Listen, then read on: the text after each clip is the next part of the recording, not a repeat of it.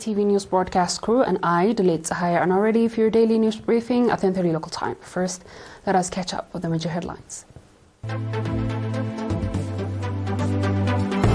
Seminar on raising awareness of intellectual and developmental disabilities held in Flora subzone. Vocational training was offered to youth in Adita Kalizan. Colombia threatens to break ties with Israel if it doesn't comply with the UN ceasefire resolution. And Chinese Foreign Minister called for a stable, healthy, and sustainable relationship with the United States. On our local news, a seminar aimed at increasing public awareness about intellectual and developmental disabilities was held in Flora subzone on 23rd March. Mr. Emmanuel Adhanom, the head of the National Association of Intellectual and Developmental Disabilities in Eritrea, highlighted the cause and severity of its disabilities. He emphasized on the importance of enhancing the public's understanding, particularly among foster families, regarding the treatment options available for disabled individuals. Mr. Sirak Aforki, head of the Masawa Hospital, provided the details briefing on intellectual and developmental disabilities. He elaborated on the difference and similarities between autism and Down syndrome and discussed on appropriate interventions required for their treatment. Mr. Zarizgina Mariam, head of the social service, underscored the significance of the seminar and urged for the general public and parents to particularly to improve the knowledge and ensure proper care for disabled citizens.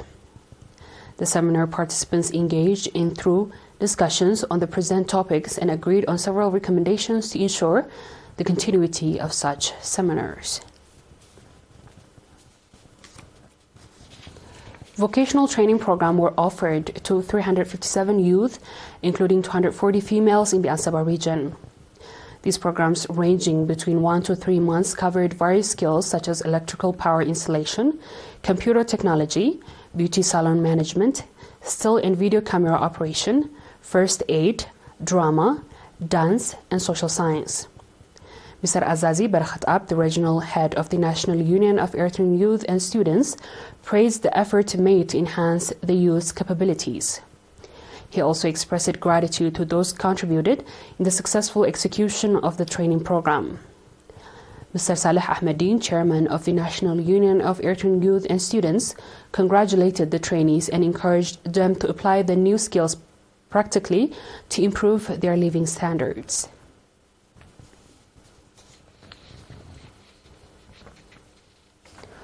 Material support has been extended to families of martyrs and disadvantaged nationals in Ma'lawa at the Ayah subzone. Mr. Arhanom Hagos, the administrator of Ad Ayah subzone, stated that the material support was distributed on 25th March. It includes in grain and cooking oil contributed by the nationals residing in the subzone. The beneficiaries commended for the support they received, and Ma'lawa is located 5 kilometers southwest of Ad Ayah.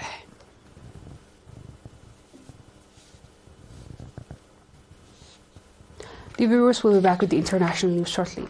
Stay tuned.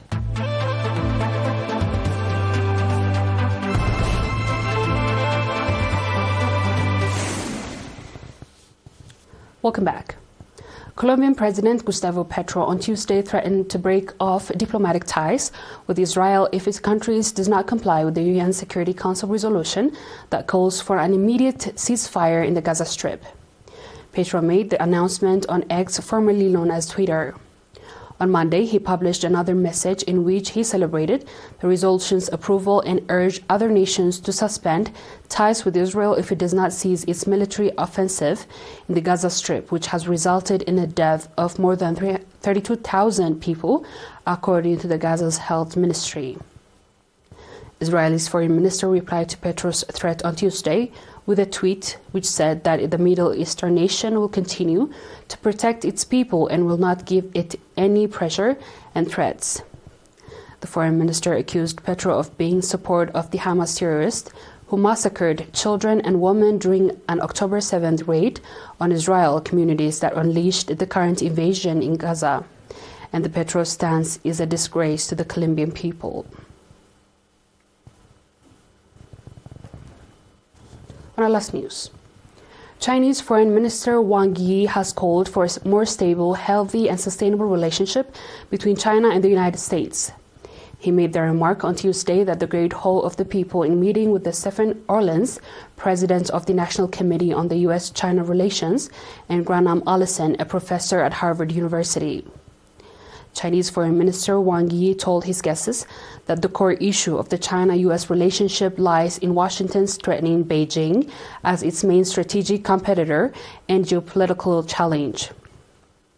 He said this inaccurate and has led to ongoing issues between the two nations that do not align with their interests of their people. Foreign Minister Wang called on Washington to adopt a more constructive approach towards China by increasing people-to-people exchange while fostering mutual understanding through face-to-face contact. Wang Yi, Chinese Foreign Minister over the past 50 years, which most important event in the international relations is the normalization of development of the Chinese-U.S. ties. In the next 50 years, what the international community most hopes for is that China and the United States can find a right way to coexist. Chinese President Xi Jinping has put forward three principles of mutual respect, peaceful coexistence, and win-win cooperation, which provide fundamental guidance for U.S. view and handle Chinese-U.S. relations. Dear viewers, we've come to the end of tonight's news. Let's have a recap of the headlines. Seminar on raising awareness of intellectual and developmental disabilities held in Forest Subzone.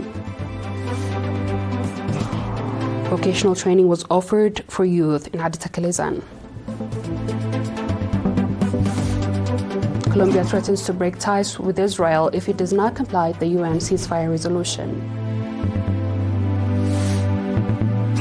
And Chinese Foreign Minister called for a stable, healthy and sustainable relationship with the United States.